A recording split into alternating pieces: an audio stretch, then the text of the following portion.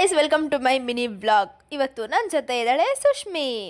Video blur ಆಗ್ತಿದೆ ಅಂತ ಹೇಳಿದ್ಕೆ ನಮ್ಮ ಸುಷ್ಮಿ ಏನಂದ್ಲು ಗೊತ್ತಾ, ವಿಡಿಯೋ ಬ್ಲರ್ ಆಗಿ ಇರಲಿ ಬಿಡು, ಜನ ನಮ್ಮನ್ನ ನೋಡೋಕ್ಕೆ ಎಫರ್ಟ್ಸ್ ಹಾಕಬೇಕು ಅಂತ.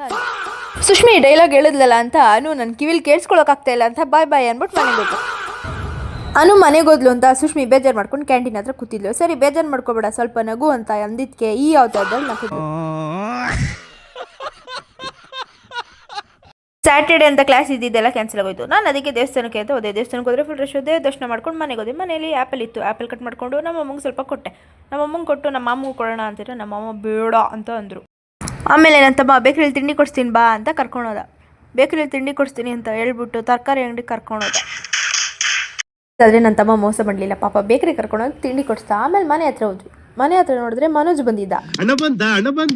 ಬನ್ನಲ್ಲ ಅಂತ ನನ್ನ ತಮ್ಮ ಅವ್ನ ಜೊತೆ ಮಾತಾಡ್ಕೊಂಡ್ಬರ್ತೀನಿ, ನೀನು ಮನೆಗೆ ಹೋಗು ಅಂತ ಅಂದ. ಸರಿ ಅಂತ ನಾನು ಸೊಪ್ಪು ಇಟ್ಕೊಂಡು ಮನೆಗೆ ಹೋದೆ. ನಾನು ಮನೆಗೆ ಹೋಗ್ಸಲು ನಮ್ಮಮ್ಮ ಟೀ ಮಾಡಿದ್ರು. ಟೀ ಕುಡ್ಕೊಂಡು ಕೂತಿದ್ದೆ. ಅಷ್ಟರಲ್ಲಿ ನಮ್ಮ ಚಿಕ್ಕಮ್ಮ ಫೋನ್ ಮಾಡಿದ್ರು.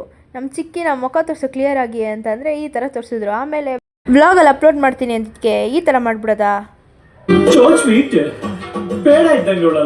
ನನ್ನ ಮೇಲೆ ನಿನ್ಗೆ ಯಾಕೆ ಇಷ್ಟು ದ್ವೇಷ? ನಾನು ಏನು ತಪ್ಪು ಮಾಡಿದ್ದೀನಿ? ಆಮೇಲೆ ನೈಟ್ ಆಗಿತ್ತು. ಊಟ ಮಾಡಿ ಮಲ್ಕೊಂಡೆ ಅಷ್ಟೇ. ಮುಂದೆ ಬ್ಲಾಗಲ್ಲಿ ಸಿಗ್ತೀನಿ. ಅವ್ರಿಗೂ ಟೇಕ್ ಕೇರ್, ಬಾಯ್.